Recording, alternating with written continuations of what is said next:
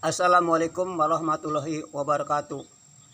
Nahmaduhu wa nusallimu ala rasul karim amma ba'du.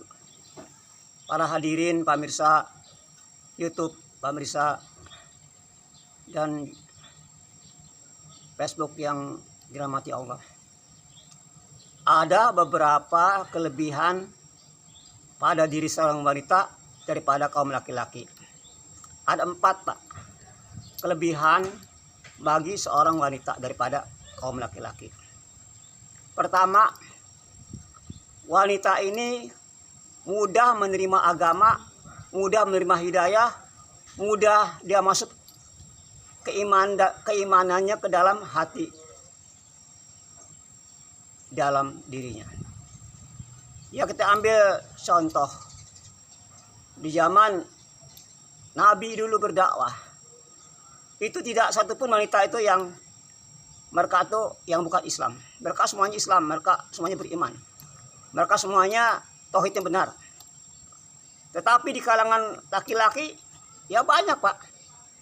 Terutama paman-pamannya Nabi, Abu Jahal, Abu Talib, Abu Lahab. Banyak, Pak, yang mereka itu yang kekafiran. Tapi kaum wanita tidak satupun. Jadi maknanya nih, hadirin, wanita itu mudah menerima agama. Cuman gini, hadirin, kalau yang dimasuk itu agama, pertama kali hatinya itu dimasukkan daripada ketauhidan yang benar, maka itu pulang masuk. Tapi kalau yang dimasukkan ke dalam dirinya itu kebesaran dunia, daripada kemegahan dunia, daripada materi-materi dunia, maka itu pun cepat masuk hatinya. Jadi wanita itu apa yang ada di hatinya, maka itulah yang akan membuahkan daripada perbuatan dia. Hadirin, yang kedua, wanita ini kelebihannya yang tidak ada pada laki-laki, mudah merayu dan menangis. Coba bayangin, hadirin, kalau wanita itu merayu suaminya dan menangis. Merayunya kalau dia tidak ada agama, kalau dia tidak imannya tidak sempurna kepada Allah, maka merayunya bagaimana tentang keagungan dunia, kebesaran dunia. Bagaimana, Bang, rumah kita ini dari dulu masih begini aja. Lihat tangga kita sudah, rumahnya sudah naik tingkat lagi, tambah lagi 2. Kita kok masih begini aja. Begitu. Bagaimana, Mas, komboy kita nih dari dulu begini terus? Lihat tangga kita tuh, mobilnya tiap tahun ganti-ganti. Ya, itu, Pak, yang dituntut tuh keduniaan. Bagaimana supaya dia lebih maju lagi, lebih nyaman lagi. Begitu, hadirin. Tapi kalau iman masuk dalam diri seorang istri, seorang wanita, Pak, yang dirayu apa sama istri itu? Mas, bagaimana, Mas? Mas sudah nisab nih. Udah waktunya untuk pergi umroh. Ayo, Mas, kita berangkat ke masjid. Ini sudah waktu nih. Jadi yang dirayu ini tentang keimanan amal soleh, Pak. Tentang ketakwaan pada Allah, dia dorong sama istrinya. Dirayu. Maka Allah, Masya Allah, bagaimana, Pak? Hebatnya wanita itu kalau ada iman. Rayunya sebagaimana Khadijah, wanita yang paling cantik, paling kaya, dan dia seorang terkaya, Pak, di Mekah. 1/3 Mekah itu punya dia kekayaannya, Pak. Tapi demi agama habis semua, Pak, itu agama. Sampai itu Khadijah, Pak, sampai memakai pakaian yang penuh dengan, sehingga ketika itu Nabi melihat keadaan istrinya menangis. Wah, istriku, aku melihat kau dulu orang kaya, sekarang kau ini sakit. Baju kamu nih udah, Masya Allah. Tapi apa kata Sayyidina Khadijah? Wahai Rasulullah, suamiku, jangan pun tubuh saya ini, andai kata saya mati, saya rela tulang-tulangku ini kau ambil untuk digunakan perjuangan Islam. Kau ambil, aku rela. sampai begitu Pak. Soal istri kalau imannya sudah ada dalam diri seorang wanita, maka yang dirayu masalah supaya suaminya itu dia lebih taat lagi. Itu Pak. Yang ketiga seorang wanita ini, yaitu dia lemah tapi kuat. Coba Pak, wanita lemah tapi dia mencuci oke dia. Ke pasar oke dia. Ya, nyuci popoknya semua. Apa yang di rumah itu dihandle sama istri kita Pak. Ini Pak, dia lemah tapi kuat.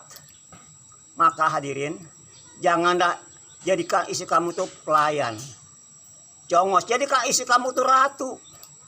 Ratu di dalam keluarga kita Pak. Ya enggak? Jadikan ratu Pak istri kita. Ya enggak? Kenapa dalam Islam itu yang tugas masak, tugas ngepel, ke pasar, cari uang, itu semua tugas suami Pak. Semua itu tugas suami. Bukan tugas istri yang ke pasar, bukan tugas istri yang cari duit, bukan tugas istri yang ngepel, suami Pak. Masya Allah. Maka tapi kalau istrinya itu dia mau ngebantu suaminya kan, dia nyuciin. Setiap dia nyuci Pak pakaian suaminya, satu tetes Pak, satu tetes air itu pahala haji Pak. Masya Allah. Jadi besar Pak istri itu yang mengabdi. Karena keberkahan wanita itu, ridhonya Allah tuh ridho suami. Ya enggak? Kalau suaminya ridho Pak, dia mati surga Pak. Dia mati dan karena suami ridho, ahli surga Pak. Ini. Jadi mengabdinya pada suaminya Pak kalau istri sudah punya suami. Itu Pak. Itu yang ketiga. Itu dia lemah tapi kuat. Yang keempat Pak, kelebihan yang ada pada wanita ini, dia peka Pak. Hatinya itu punya indera keenam.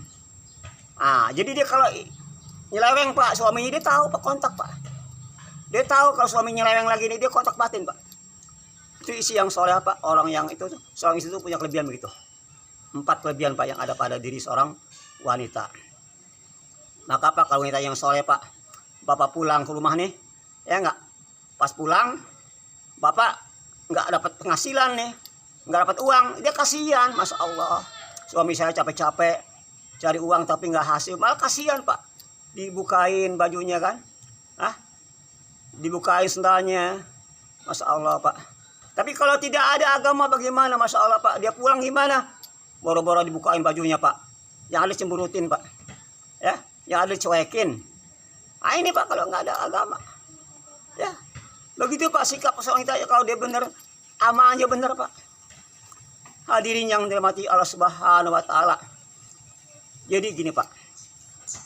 Jadi anak ini pengaruhnya ke ibu Pak. Anak soleh atau tidaknya tergantung ibunya. Kalau ibunya soleh Pak, walaupun bapaknya ini katakanlah orang-orang yang banyak melakukan perkara-perkara yang ya maksiat, katakanlah dia katakanlah bapaknya ini seorang penjahat Pak, tapi istrinya soleha Pak, isola anaknya soleh Pak. Jadi pengaruhnya dari ibu Pak, bukan bapak. Walaupun bapaknya itu nabi sekalipun Pak, walaupun itu bapaknya seorang nabi Pak, kalau istrinya nggak soleh tetap anaknya kafir juga Pak. Bagaimana anaknya Nabi Nuh Kan'an kan, sampai dia Nabi Nuh katakan, wahai anakku, naiklah ke kapal, ya enggak, karena sebentar lagi akan datang ajab Allah. Ya Abi, saya bisa naik ke gunung yang tinggi itu, saya selamat soal naik ke gunung. Itu Pak. Jadi apa? Padahal itu Nabi Pak, karena istrinya Pak nggak mendukung perjuangan Nabi, nggak seia sekata dengan nabinya, dengan suaminya Pak, sehingga anak pun kafir Pak. Jadi ukurannya itu ibunya Pak, ya soleh enggaknya itu anak tergantung ibunya. Karena darahnya Pak dekat ibunya kan, sehari-hari dekat ibunya kan, jadi darah batin itu lebih dekat ibunya daripada bapaknya. Karena dikatakan, ya Rasulullah, siapa yang saya harus taatin? Ibu kamu. Siapa lagi? Ibu kamu. Siapa lagi? Ibu kamu. Yang keempat baru bapak kamu. Itu Pak, ibu 3, bapak cuma 1 Pak. Itu hadirin. Maka siapa-siapa yang dia berbakti sama bapaknya, maka kehidupan dunianya Pak dimudahkan, bahkan bisa melambung Pak, orang yang taat sama orang tua laki-laki. Tapi kalau taat sama orang tua perempuan, ibunya, akhiratnya juga dia akan Allah jaga. Ini Pak, jadi kita jaga daripada bagaimana sikap kita sama orang tua. Jangan Pak, jangan ada kata-kata aja dah tuh bikin Allah benci Pak.